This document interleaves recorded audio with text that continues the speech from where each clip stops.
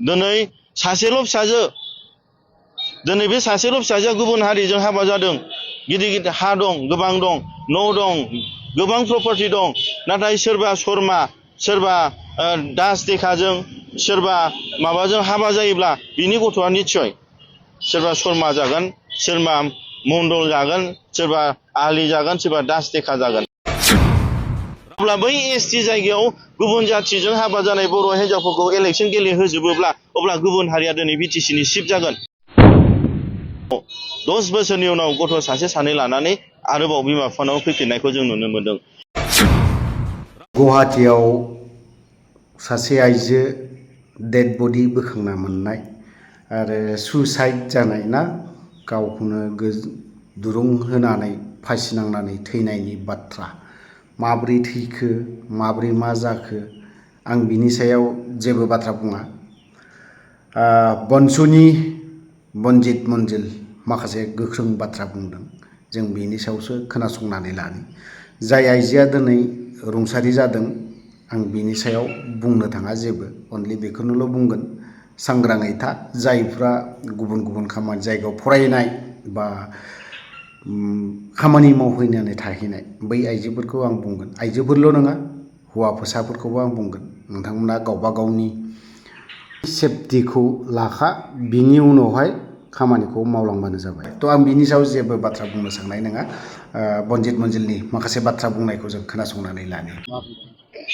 जों खोनानानै जोबोद दुखु मोनदों मैया जि घटना गुवाहाटीआव जानानै थांदों जोंनि बर' बिनानाव सुस्मिता बसुमतारी बिथाङा मैयाहाय माने सुइसाइड जादों आरो बिथाङा गोमाबाय होननानै जों खबर मोनदों नाथाय बिजों लोब्बा दङ होननानै जों बिथांनि बयफ्रेन्ड गुबुन हारिनि मोजां मोननाय बेखौ जड़ित दं होननानै जों खबर मोनदों।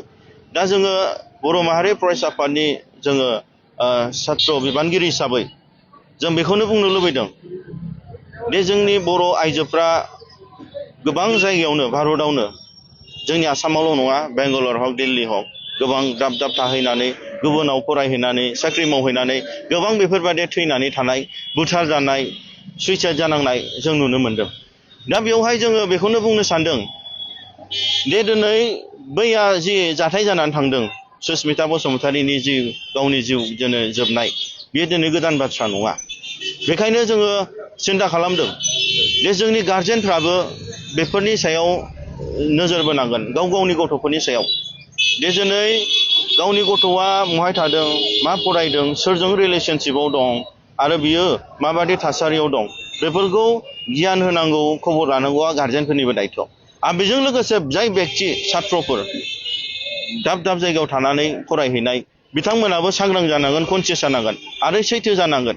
दिनै बारे बारे दिनै ससियेल मिडियाफ्राव आगोलनिफ्रायनो निउसफ्राव नुनो थांदों दे जों सोरबा जोंनि बर' आइजोफ्रा सोरबा ओरैहाय मेनस्ट्रिम इण्डियाआवहाय नर्थ इण्डिया साउथ इण्डियाआव हाबा जाहैनाया सोरबा बादिया दाउरि थाखा फैसा होनो हायियाव दिनै केरासिन लुनानैबो सावथारजानाय गोबां बेफोरबायदि रेकर्ड दं आरो गोबां जोंनि बर' आइजोफ्रा बिराद गिदिर गिदिर जोंनि बर'नि गारजेनफ्रा हाबा होनानै दिनै गुबुन हारिजों हाबा हरनानै 6 मासनि उनाव बोसोरनैनि उनाव 10 बोसोरनि उनाव गथ' सासे सानै लानानै आरोबाव बिमा बिफानाव फैफिननायखौ जों नुनो मोनदों। दा बैफोरो जोंनि थाखाय मोनसे मोजां सिगनेल नङा। दिनै जोंनि बड'फा उपेन्द्रनाथ ब्रह्मआ बुंदोंमोन बे बर' हारिया गेरेमसा जानोब्ला जोङो बयबो सैथो जानांगोन आरो जों बयबो जाथिनि थाखाय डेडिकेट खालामनांगोन। नाथाय जों दिनै नुनो मोनदों गोबाङानो दुखु मोननो हागौ खिन्थु सैथो खोथा बियो दे जोंनि बर' आइजोफ्रा मोजां मोजां न'खरनि मानसिफ्रानो गुबुनाव फरायहैदों मोजां सोलोंथाइ लादों गोरों गोरा जादों नाथाय बिथांमोना बै बड'फा उपेन्द्रनाथ ब्रह्मनि जि खोथा होनलांदोंमोन जे जाथि दानायाव कपारेसन खौसेथि होलायनांगोन आइजोफ्राबो दिनै गुबुनजोंसो ब्लक थांबाय नङा होमबा दिनै जाथि जोंनि बर' हौवाफोर मोजां मोजां दं बिसोरजों दिनै जुलि जानांगौमोन नाथाय गारनानै थांबाय गुबुनजों दिनै जाथिया दिनै मोजां बर' आइजोफोर थांनाय लोगो लोगो जोंहा खहा जाबाय संख्यानिफ्राय लानानै सुबुंधोन हिउमेन रिसर्सआबो जोंहा खहा जाबाय। बेराफारसेथिं मा जाहैबाय दिनैनि समाव जोंनि बर' आइजोखौ सोरबा गुबुन हारिया गोसथोनाय मोजां मोननाय हाबा खालामनाया मानि थाखाय बे दिनै जोंनि बर' आइजोफोरखौ मोजां मोननानै नङा नाथाय जोंनि 6 सिडुल बादे बिटिसि बादियावहाय दिनै हा हु बायनो थाखाय हिन्जावनि नामै हा नामजारि खालामनो थाखाय आरो हिन्जावनि थ्रुयै बिजनेस एस्टाब्लिश खालामनो थाखायसो बिथांमोना दिनै बर' आइजोफोरखौ मोजां मोनदों। दिनै नाय थांनाय समफ्रावहायनो गोबां जोंनि बर' आइजोफोर गुबुन हारिजों हाबा जानाय बिथांमोना जोंनि रिजार्भ सिट बिटिसियावहाय दिनै बिथांमोना इलेक्सन गेलेदों। बिथांमोना सोरबा गुबुन जाथिनि थुनलायनायाव एसटि रिजार्भेशनाव एसटि मानसिखाय बिथांमोनखौ इलेक्सन गेलेहोदों। बावैसो सम नाय नोंथांमोना नुनो मोनगोन जे जोंनि बिटिसियाव 40टा सिटआव 30टाया रिजार्भेशन एसटिफोरनि थाखाय, नाथाय 10टाया अलरेडि अपेन जेनेरेल, बेयाव गुबुन जाथिया गेलेनो मोनखायो। जोंनो गभर्नमेन्टआनो 11टाल' नांगौ आरोबाव एसटिनिफ्राय। अब्ला बै एसटि जायगायाव गुबुन जाथिजों हाबा जानाय बर' हिन्जावफोरखौ इलेक्सन गेलेहोजोबोब्ला अब्ला गुबुन हारिया दिनै बिटिसिनि चिफ जागोन। आरो गुबुन हारिया बिटिसिनि चिफ जानाय लोगो लोगो जोंनि 6 सिडुलनि माखासे आयेनफोरखौ बिथांमोना फोजोबस्रांलांगोन। बे जाहैबाय इयुननि थाखाय जोंनि बर'नि हालोदफ्रा जोबोद खोमसि आरो जोबोद गिथावना। दा बेखौनो जों खावलायदों दे जोंनि बर' आइजोफ्राबो बर' हारिखौ गेरेमसा हारि दानायाव दिनै कनसियास जानांगोन। आरो आं बर' गार्जेन बर' जोंनि आइजोफोरनि बिमा बिफाफोरखौबो आं दिनै बुंगोन दे दिनैहाय जोंनि बिटिसिखौ गोबाव सम सोमावसारनानै बर' हारिनि बेसेन गोसा दिनै मुंख्लंफोरनि जिउ बाउनायाव जों मोनदों। आरो बिटिसि मोनखांनायनि उनाव जोंनि गेजेराव गोबां कलेज इउनिभारसिटि फैदों आरो बेयावहाय जोंनि गथ'फ्रा मोजां फरायनो मोनदों।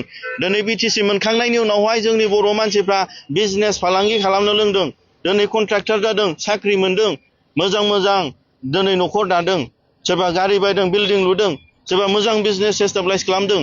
नाथाय गावनि गथ'फोरखौ दिनै बिथांमोनहानो दिनै मोजां स्कुल कलेजाव फोरोंनानै बाहेराव फोरोंनानै दिनै बै गथ'फ्रा दिनै न'आव सफैफिनाखै। दिनै सासेल' फिसाजोआ गुबुन हारिजों हाबा जादों। गिदिर हा दं, गोबां दं, न' दं, गोबां प्रपार्टि दं। नाथाय सोरबा शर्मा, सोरबा दास देखाजों, सोरबा माबाजों हाबा जायोब्ला बिनि गथ'आ निस्सय सोरबा शर्मा जागोन, सोरबा मण्डल जागोन, सोरबा आलि जागोन, सोरबा दास देखा जागोन।